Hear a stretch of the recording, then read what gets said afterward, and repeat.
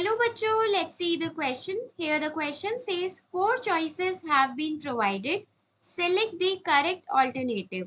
Force required to produce an acceleration of 1 meter per second square on a body of mass 1 kg is dash Newton. A1, B2, C3 and D4. So यहाँ पर question में हमको given है कि हमारे पास एक body है जिसका मास 1 kg है। अगर उसके ऊपर एक्सेलरेशन 1 मीटर पर सेकेंड स्क्वायर का हमको प्रोड्यूस कराना है तो कितना फोर्स हमको चाहिए ये एक्सेलरेशन प्रोड्यूस कराने के लिए। सो यहाँ पर की कॉन्सेप्ट क्या यूज हो रहा है? की कॉन्सेप्ट है हमारे पास calculation of force and Newton's law of motion. क्या है? Calculation of force and Newton's law of motion.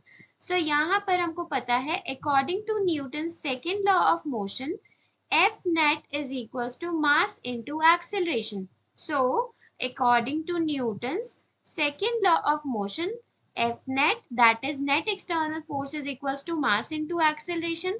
यहाँ mass क्या given है? Mass given है 1 kg, acceleration क्या given है? 1 meter per second square. So force कितना आया? Force आया हमारे पास यहाँ पर 1 Newton. So the force required to produce an acceleration of 1 meter per second square on a body of mass 1 kg is 1 Newton. So here A option will be correct.